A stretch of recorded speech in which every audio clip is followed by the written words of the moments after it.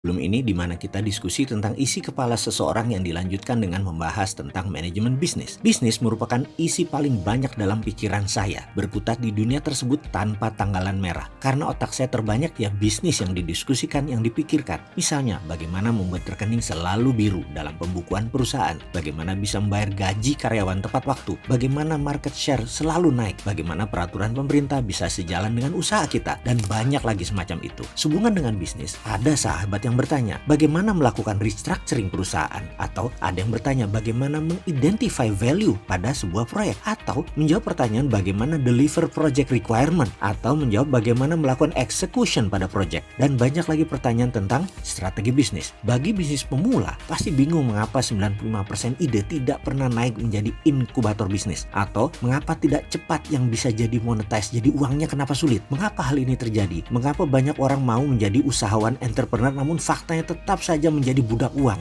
Yang jadi direktur dia, yang nagih dia, yang jualan dia, nggak ada tanggalan merah dalam keseharian. Setiap hari harus kerja terus. Sewaktu jadi pegawai, kita hanya mengerjakan job desk. Begitu berwirausaha, kita mengerjakan semuanya. Mau bayar orang atau pegawai, margin keuntungan masih berat. Sepenuhnya penuh dilema. Lalu, di mana enaknya wirausaha? Bagaimana jalan keluarnya? Oke, kita bahas dari sisi manajemen perusahaan. Ada 4 macam strata atau level atau step bisnis ketika kita menjadi pengusaha. Tahap awal strata 1 atau level 1 namanya periode inkubator. Periode ini kita membahas ide, konsep, strategi, struktur, sistem, dan lain sebagainya. Satu saja sendi ini tidak terlihat, maka usaha itu pasti tidak akan jalan. Inilah yang menjadi penyebab 90% usaha berhenti di ide. Cobalah Anda mulai merenung pengalaman pribadi Anda selama ini. Dari 20 ide hanya satu yang terrealisir, itu pun karena banyak faktor pendukungnya seperti ide, konsep, strategi, struktur, sistem, produk, pricing, dan daftar panjang lainnya tersedia. Baik karena kita sudah memiliki atau mitra kita yang memilikinya. Lalu periode strata berikutnya, kalau inkubator bisnis terlewati, masuklah periode growth, masa pertumbuhan. Ini mulai yang namanya sistem organisasi, teamwork, kompetitor mulai bermunculan. Hingga lanjut ke strata yang lebih tinggi yaitu periode M dan periode P. Sebuah usaha yang masuk ke M inilah kunci sustainable business. M ini belum dibuka dulu arti katanya. Sabar, kunci Anda bisa disebut pebisnis setelah 5% ide jadi usaha di strata 1. Bertahan di strata 2 masuk periode growth. Disinilah tantangan terberat. Sebagaimana catatan terbanyak guru besar bidang bisnis seperti Peter F. Drucker atau John Naisbitt dalam buku-bukunya menuliskan hanya 30% yang bertahan lebih dari 5 tahun. Dan hanya 30% dari 30% usaha bisa masuk ke strata 3. Yang 70% berkutat terus di strata 2, di strata growth. Sejauh ini sahabat pasti tidak tertarik dengan apa itu periode M, apalagi periode P.